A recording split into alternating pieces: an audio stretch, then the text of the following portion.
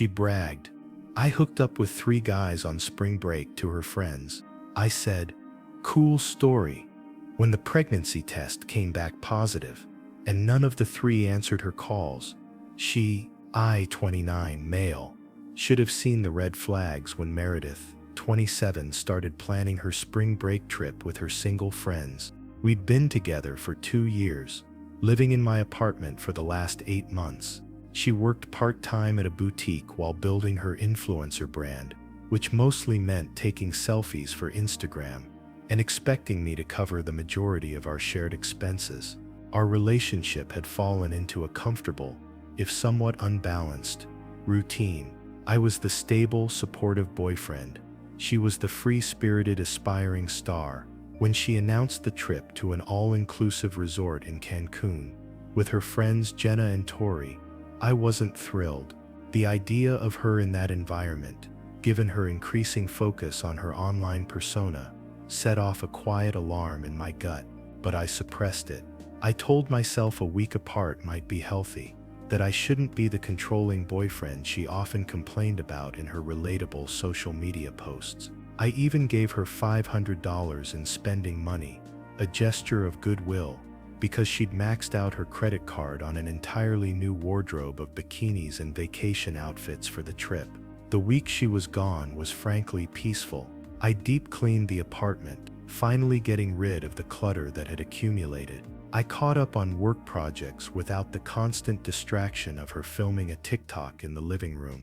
I hung out with my buddies, had a poker night, and felt a sense of calm I hadn't realized was missing. She sent a few texts here and there, mostly complaining about the price of drinks or asking for more money, requests I politely ignored. She came back on a Sunday night, tanned, hungover, and emotionally distant. I picked her up from the airport, and she spent the entire ride home, glued to her phone, giggling at messages I wasn't privy to. When we got home, she crashed immediately, leaving a trail of sandy clothes in her wake. The next evening, her friends came over for a wine-fueled trip debrief. I was in my home office, trying to finish up some work, but the walls in our apartment are thin. I could hear every word.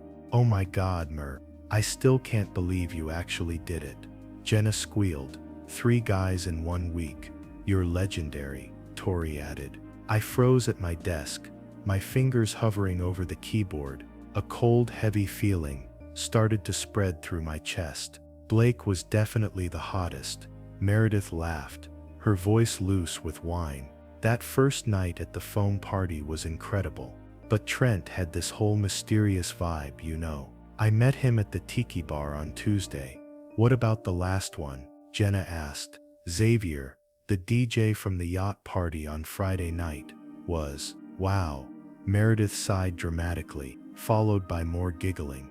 I mean, what happens in Cancun stays in Cancun, right?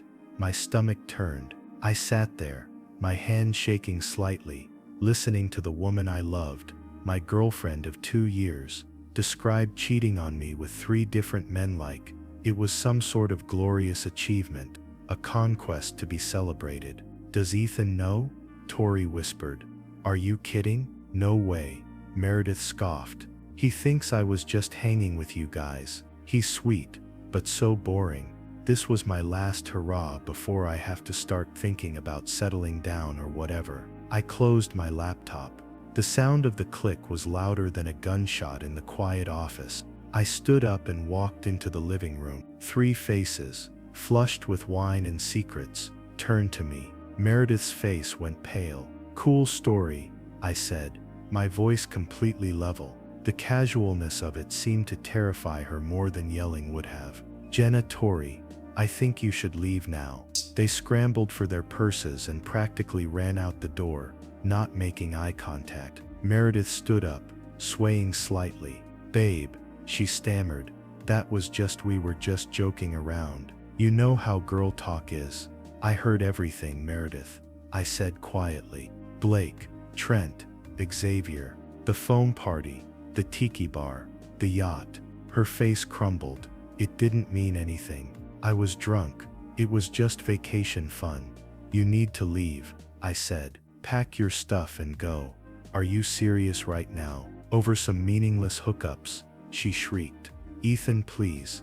I didn't answer. I walked to the bedroom and started pulling her clothes out of my closet, tossing them onto the bed. She followed me, her tone shifting rapidly between tearful begging and furious accusations. You can't just kick me out. I live here. You're not on the lease, I reminded her.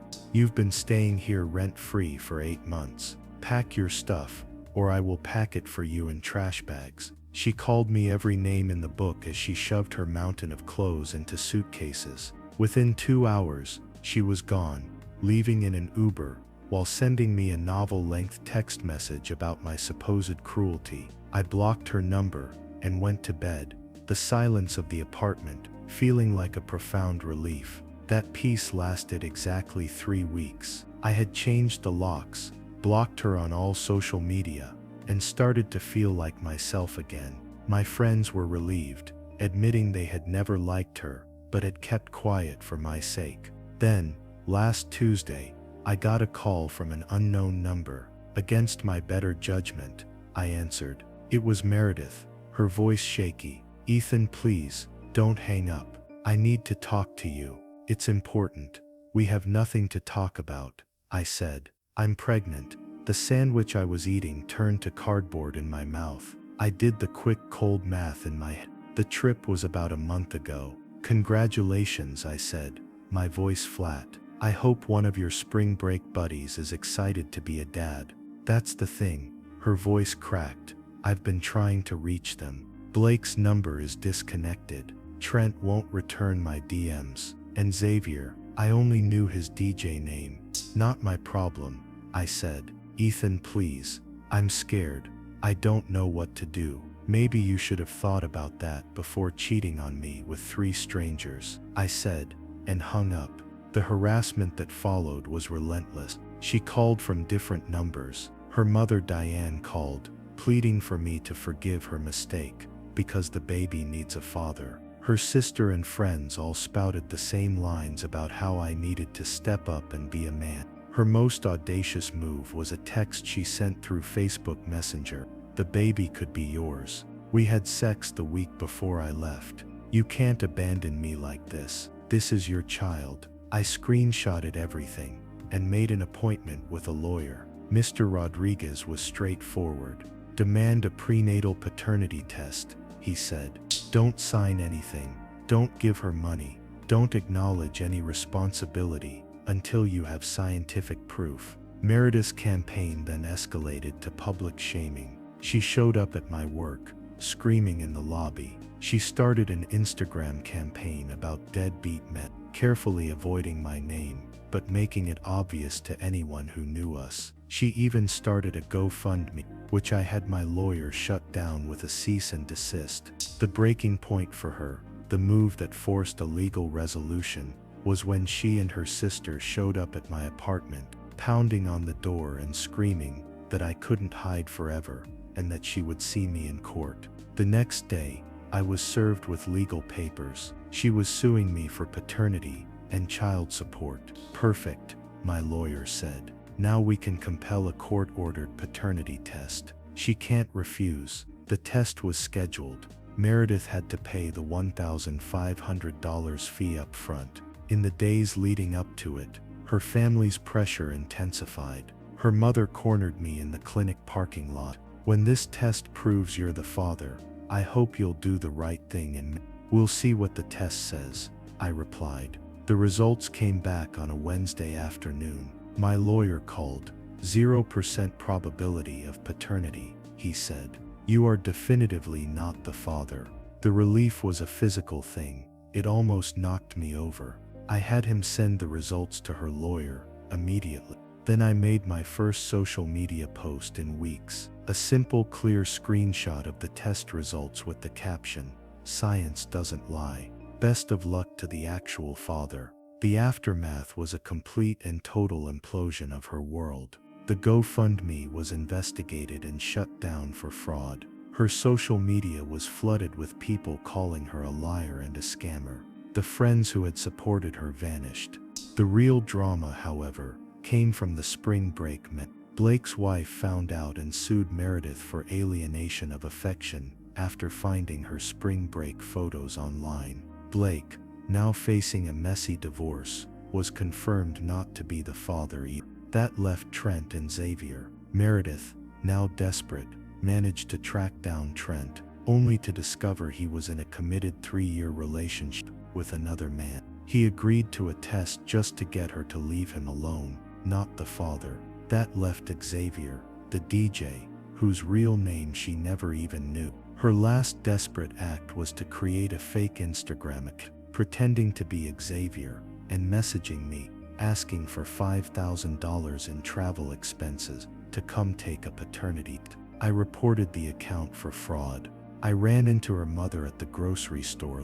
She looked exhausted. She told me she had spent her retirement savings on Meredith's legal fee paternity test. Meredith was now living at home, still with no idea who the father was, still posting on her now private Instagram account about her journey as a single mother by choice. A year has passed. I found out through the grapevine that Meredith eventually put the baby up for a closed adoption. She moved out of state and deleted all her social media. Her family, financially and emotionally, was torn apart by the whole ordeal. As for me, I'm great. I'm in a new healthy relationship with a woman who values honesty. Looking back, Meredith did me a favor. If she hadn't bragged to her friends that, I might have wasted years of my life with a person who saw loyalty as a suggestion and love as a convenience. Her last hurrah before settling down became her last hurrah, period. She played a stupid game and won the ultimate stupid prize. She got everything she wanted, and in doing so lost everything.